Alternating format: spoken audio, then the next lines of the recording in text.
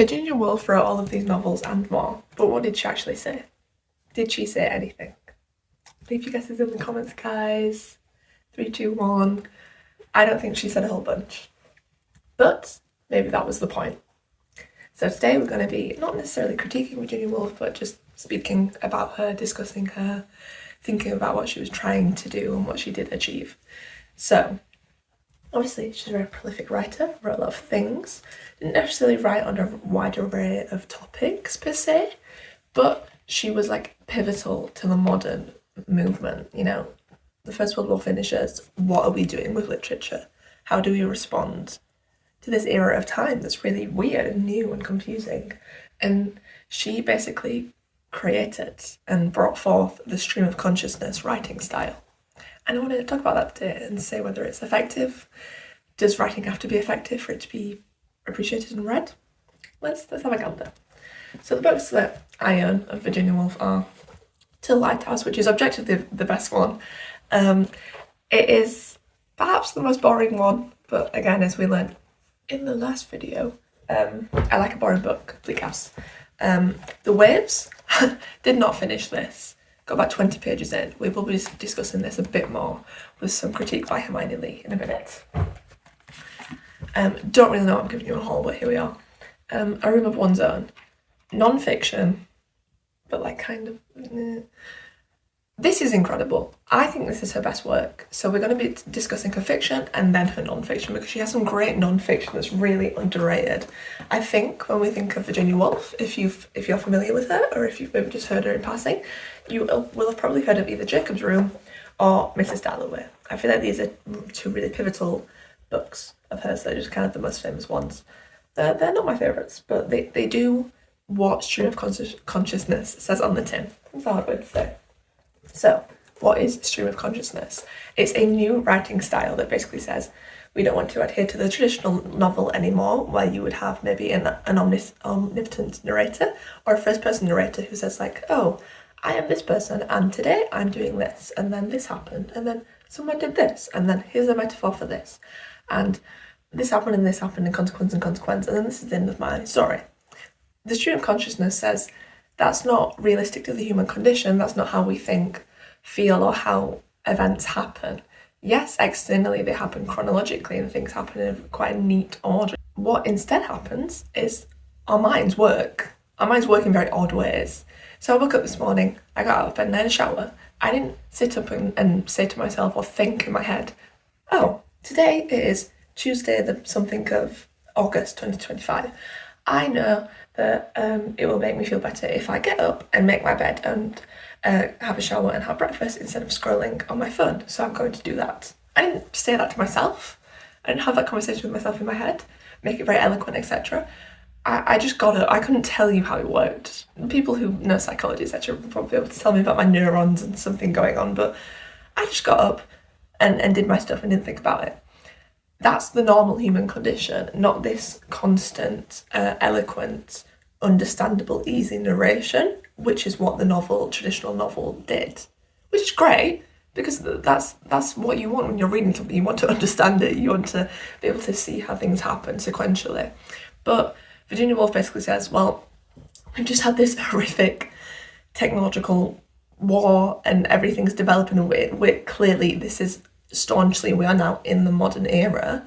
I don't think the traditional novel is sort of supporting us anymore, or it's worthwhile anymore. So she says, let's create this stream of consciousness style, which is, as it says, narrates the stream of consciousness. So in Jacob's Room and in Mrs. Dalloway and in the other books, we have this stream of consciousness style where, for example, in Mrs. Dalloway, this is only in the course of 24 hours.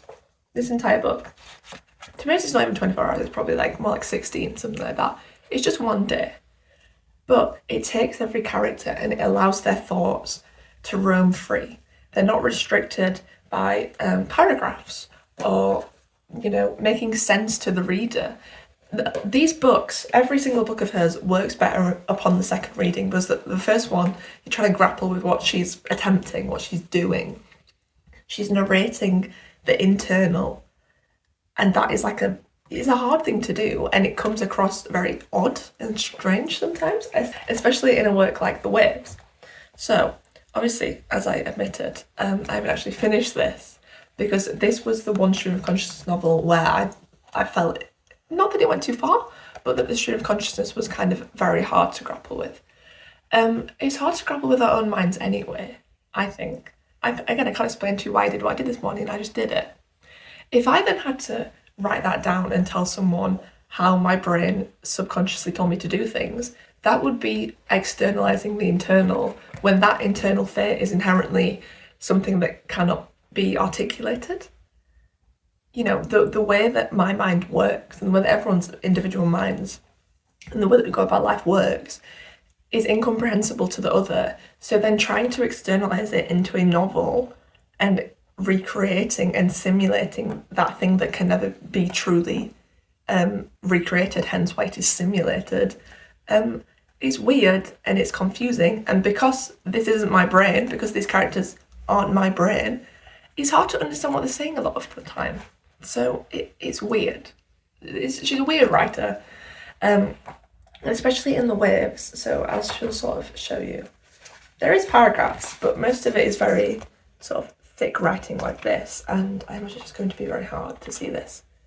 Let me try and find an example. So it's all done in speech, even though no one is actually speaking, because what happens is every time she switches to a new character, she does like said Neville, said whoever, and that's how we distinguish characters and how we know whose brain we are in. And Hermione Lee, who's an incredible literary critica, whatever, wrote a book on Virginia Woolf and basically did commentaries on all of her novels. And when she wrote about the waves, she said this, and I think it sums up everything perfectly. She said that it's, quote, difficult to read as a novel in that its emphasis on rhythm overwhelms distinction of character, end quote. That is the perfect summary of a stream of consciousness style. This is style. This is a new style. This is a cool style. It's got rhythm. It's, you know, interesting to read. You can feel the pulse within it. Does it make sense? No. Like, I know literature is supposed to be interpretive and with different opinions, and that's sort of like the core of literature. I think some things can be black and white. This book does not make sense. Do I think Virginia Woolf in practice is a great writer? No, probably not. In my little notes here, so that I don't keep straying off track, I've written that where she blooms in ideology, she fails in practice, which is so true. Because again, I love having these visual aids, these are quite fun. Her non-fiction work is incredible. Her ideas are incredible, they're very radical, part of the Bloomsbury Literary Group. They're doing incredible things for literature. Do I think it's the best thing I've ever read since sliced bread and that it really works? No. But I think it's interesting to talk about, and realising that the novel doesn't have to be set in a certain way, because obviously we have different forms. We have the novel, the novella, dramatic monologues, we have Bildungsroman, etc. We have different genres. There's obviously loads of different ways to do novels, but Stream of Consciousness and this new modern writing is the first time that we see those traditions contested and fought against explicitly. She's not just making a new way to write, she's saying, why do we keep writing this traditional way when it isn't true to the human condition? I think that's interesting, because is the purpose of a novel to show the human condition? I don't know. Is Dracula to, you know, it has metaphors, it's trying to show the human condition of desire and lust. Does that mean that it should have been written in a stream of consciousness style to show the deterioration of people? No, it was written in letters, it was written in a cool way, yes, but it was still inherently a traditional form of going A, B, C, D. Things like these are cool, and they feel great when you're like 16 and you're like discovering these new concepts, like what is literature, what is anything. But then once you've read like this one, then this one, then this one, then this one, and all the others that I don't own of hers, you get the gist, and I think you lay your affinities with one, and then the rest of them are just okay. I enjoy what she does, I really do. But it feels very of the time. When you read, for example, To the Lighthouse and the other books, you can tell that this is a white middle-class woman with white middle-class values. In Mrs. Dalloway, there's some very anti-Semitic comments, I remember. This one is about having a holiday home and going on holiday with your family and whatever whilst there's a war going on. Yes, members of the family are conscripted, but you can tell that this is a very middle upper class family and it's very middle upper class struggles, and it's interesting to learn about those dynamics and those mental experiences of these people, but sometimes it feels very like it's in a bubble. And I like reading Woolf, but I don't read her to understand myself and learn about my own stream of consciousness. I read her to learn about the Bloomsbury Group, about the 1920s and 1930s.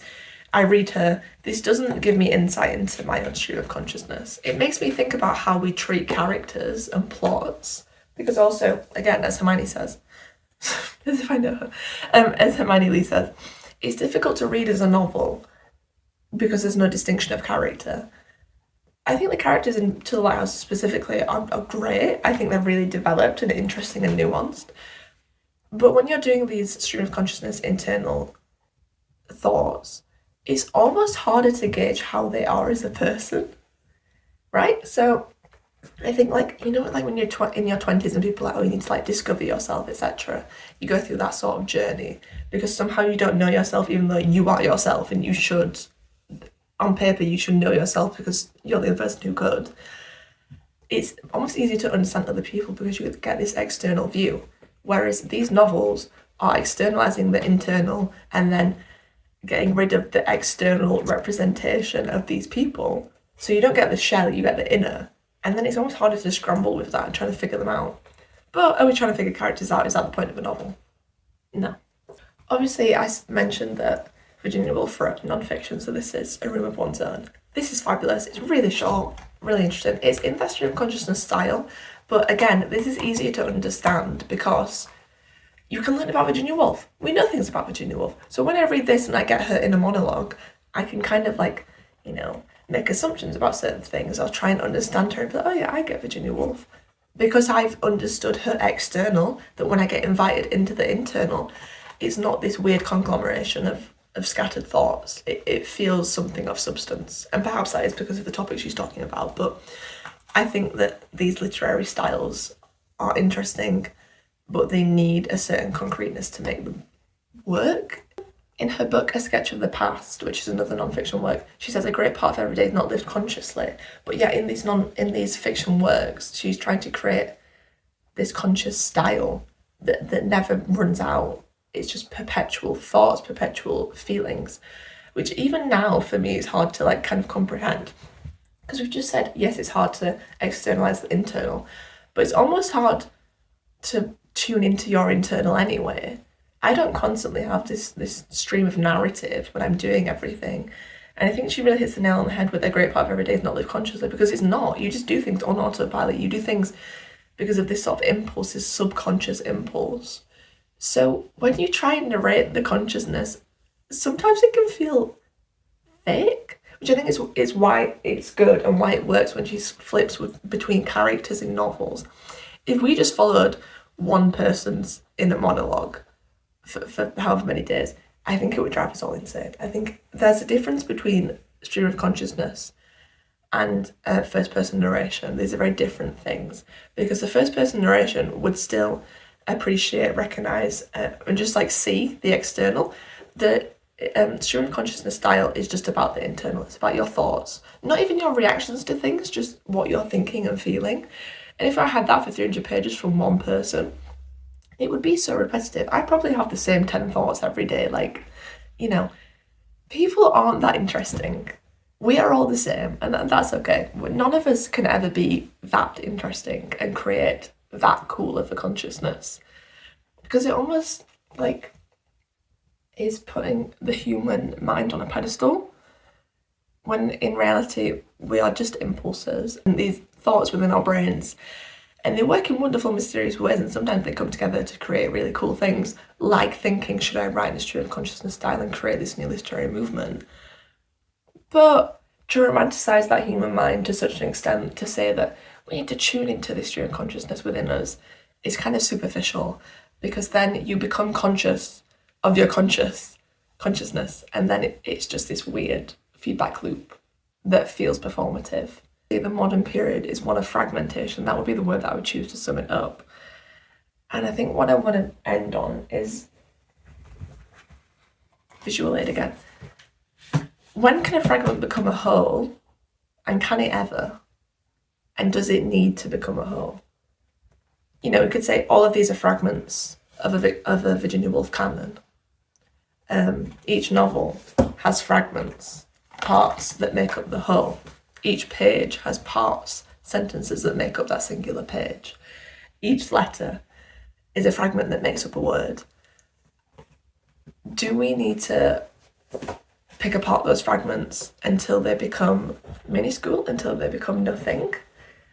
Is that the point of the modern era, to sort of dive into ourselves? And what is a whole? And do we need to write things that are whole? I think it's fun to read something and be confused, and for it to be weird and odd and incomprehensible. But if we do that action so many times, it is no longer a fragment, it is a repetition. And then that repetition makes a whole. And that whole is the ideology of Virginia Woolf, which is inherently a white middle class value and ideology. Externalizing that feels fun and interesting, and perhaps she is boring in this repetition. But if one can repeat so many times and each novel still be someone's favourite, you know, I don't think anyone, obviously Mrs. Dalloway is the most famous one. There's lots of people who like each of these books for very different reasons, even though on paper they are very similar things. So maybe she fails to us in the postmodern era. Maybe she just fails to me. Maybe I'm just fed up of reading Virginia Woolf. Attempting to create anything out of the modern era, out of an era that was so destructive and horrendous, is great, because destruction still leaves remains, and maybe she took those remains and didn't maybe try to create a whole, but tried to create something out of fragments.